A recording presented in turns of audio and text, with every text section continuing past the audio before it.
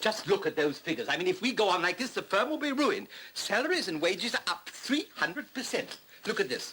Office teas and biscuits for 1 month, nearly £250. Well, I mean, if you'd smothered the damn biscuits with caviar, it couldn't have come to that. I mean, how do you get these figures? Is your department gone quite mad? Yes, I would just like to point out, Mr. MacPherson, that these are the figures that I gave to Mr. Mickey, and he arrived at these totals on the new electric adding machine.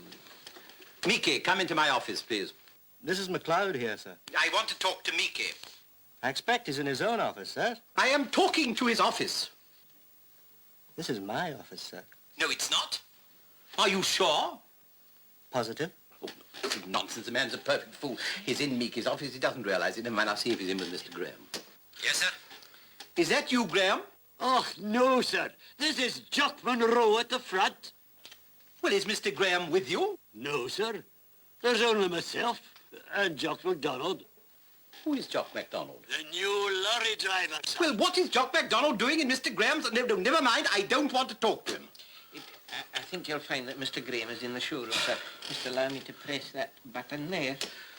Graham speaking. Oh, well, there you are. I've been looking for... Well, what are you doing in the showroom? I'm not in the showroom, sir. I'm with Mr. Mickey. Mickey? Well, that's the man I'm looking for. Well, where are you? Are you in Mr. MacLeod's office? No, sir.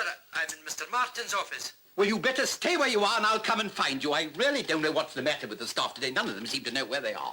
Yes, it's just so that the boys are finding these a little bit difficult to get used to, but once they understand the working of them, it'll be all right. Don't be such a stick in the mud, Martin. Perfectly simple. A child could use it. Ah! Jeannie, you faithless old witch. Where's my tea?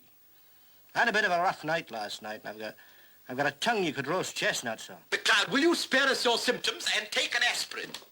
Where was I? I've been thinking, Mr. MacLeod, it's no use you're nagging me. I've only got the one pair of hands and I'm not supposed to bring tea around until 11. And if you were to ask me, you'd be better off with a purge. Mrs. McDougall, will you try and show a little more respect for the heads of the departments? Mr. MacPherson. That's me. Now, come along. Let's get out of here before there's any more of this.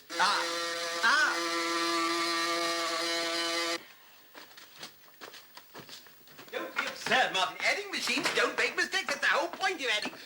Good grief, what's happening in here? They're having a picnic or something? We got them trying to sort out last month's figures for you, sir, to compare them. We've been at it since 10 o'clock. You see, this new filing system takes a wee bit of a getting used to, but as you said yourself, Mrs. Barrows' ideas do need seasoning. Quite right. Where's the adding machine? It's over here, sir. Here? Oh, I say it's jolly compact, isn't it? Now, how does it work? Well, just add anything you like together, sir. Say, 2 and 2. Now you press that. Oh, I say, that's jolly good, isn't it? Yes, sir, but it says 22. Well, 2 and 2 do make 22 in a way, don't they? I mean, it's got a sort of logic of its own, hasn't it? You might say that, but it doesn't help with the salaries and wages total for the month. Oh, you've got a point there.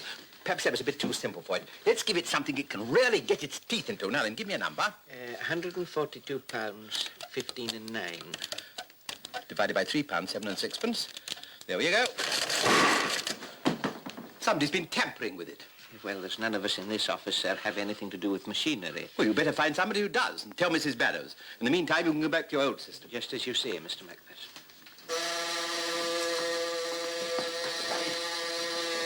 Yes? That you, Robbie, old man? Just testing this infernal box. Every time I try to get Jeannie, I get puffing belly and... Get that machine out of here and tell MacLeod to come and see me in my office right away. You can get him by buzzing the back gate. Mr. Martin, we can't seem to find last month's figures anywhere. Oh, well, don't worry. No doubt they'll turn up later. And Mr. MacPherson seemed a wee bit upset. Aye. Martin!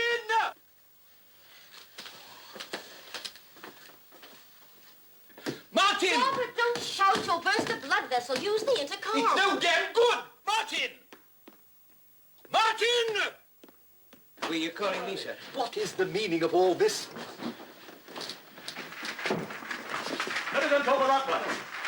I see that they've arrived, sir. I didn't tell them to unpack the whole lot, sir. I thought that maybe you'd like to see just the one. But how many of these are there? There's 307, sir. I took the liberty of cutting the order down. cutting it down? Yes, you see, sir, Mrs Barrows' instructions were for 607, one for each weaver. But I thought we'd save money and just get one for each cross. Mrs Barrows, I wonder if you'd mind holding that there for a moment so that Mr MacPherson can view it. That's the utility model. Oh, I suppose I should have consulted you, but I'm sure you wouldn't mind. After all, it is quite a saving. Mrs. Barrow, did you instruct Mr. Martin to order these infernal machines? No.